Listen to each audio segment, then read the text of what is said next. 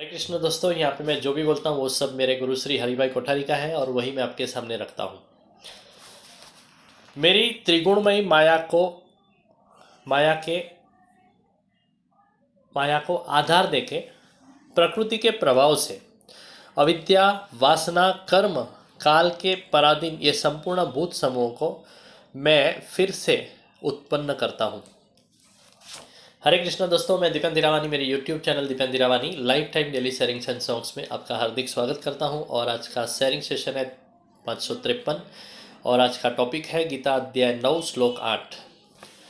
प्रकृतिम स्वामवष्टभ्य विसृजामि पुनः पुनः भूतग्रामम इमं कृत्सन अवसम प्रकृते वसात। महाप्रलय के समय में सभी प्राणी खुद की व्यष्टि प्रकृति यानी कि कारण शरीर में लीन हो जाते हैं। व्यष्टि प्रकृति समष्टि प्रकृति में लीन हो जाती है और समष्टि प्रकृति परमात्मा में लीन हो जाती है।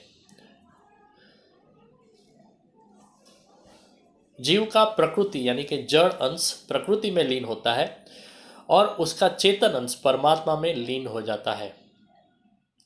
भगवान में मिल गया जीव वापिस आ सकता है क्या? ये प्रश्न का प्रभु यहाँ पे जवाब देते हैं। चेतन समुदाय खुद के गुण और कर्मों के संस्कारों को साथ में लेके ही परमात्मा में लीन होता है। परिणाम स्वरूप कर्म फल देने के लिए उन्मुख बन जाते हैं और ये उन्मुखता के कारण परमात्मा में सृष्टि संकल्प निर्माण होता है। एकोहम बहुश्याम प्रजायेय उपनिषद कहता है। भगवान क्रियाशील प्रकृति को लेके ही सृष्टि की रचना करते हैं। माया ये भगवान की प्रकृति है, जबकि अविद्या ये जीव की प्रकृति है।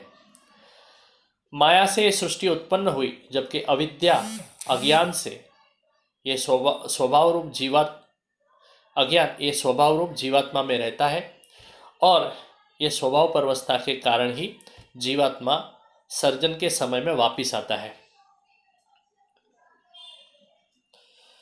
अनित्य को नित्य, असुचि को सुचि, दुख को सुख और अनात्मा को आत्मा मानना यही अविद्या है। प्रकृति ने परमात्मा की एक और अनिर्वचनीय अलौकिक विलक्षण शक्ति है। प्रकृति मतलब माया, चमत्कार, ईश्वर की उत्कृष्ट कला। माया विविध रूप को लेके जीव को नचाती है। प्रकृति का दूसरा अर्थ है स्वभाव। हर एक जीव खुद के स्वभाव को वश होके ही वर्तन करता है। कर्तृत्व, वातावरण, संग, विद्या और गुरु ये 5 बातें स्वभाव को बनाने में निमित्त बनती है। जीव स्वभाव को वश होता है और उसके लिए वो अवश यानी कि परतंत्र है। भोग, वात्सल्य, सौंदर्य और स्वामित्व ये 4 भावनाएं प्रभु की माया में आती है, जो जीव को अगतिक बनाती है। भोग से मनुष्य ललचाता है, वात्सल्य से वो पिघल जाता है, सौंदर्य से वो आकर्षित हो जाता है और स्वामित्व से उसकी अहमता और ममता को पोषण मिलता है। ये वृत्तियां अकबंध होने से भगवान के पास जाके भी जीव वापिस आता है।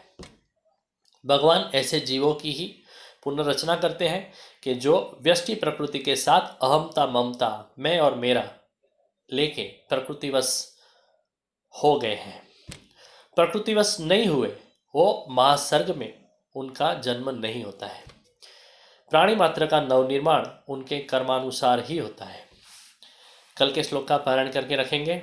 न च मां तानि कर्माणि निबद्धन्ति धनंजय उदासीन वदासीनम असक्तम तेषु कर्मसु वसुदेवसुतं देवं कंसचाणूरमर्दनं देवकी परमानंदं कृष्णं वंदे जगद्गुरुं। गुरु ब्रह्मा गुरुर्विष्णु गुरुर्देवो महेश्वर गुरुर्साक्षात् परब्रह्म तस्मै श्री गुरुवे नमः। दोस्तों, ये वीडियो आपको अच्छा लगा तो ज़रूर से लाइक, कमेंट एंड शेयर करें और मेरे YouTube channel Dipendra Dhirawani life time daily sharings and songs को सब्सक्राइब करें और रोज़ ऐसा अच्छा सुनते रहें। Thank you very much. Good night. Hare Krishna.